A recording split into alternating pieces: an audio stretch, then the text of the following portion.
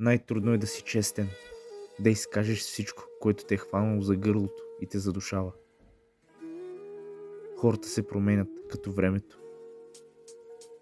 Всеки си преминава през сезона. Мълчиш, за да не нараниш никого. И някой те наранява. Има неща непростими, но ти трябва да простиш на самият себе си. Защото добротата и любовта са в теб. Когато простиш на себе си, това е покой за твоята любяща душа.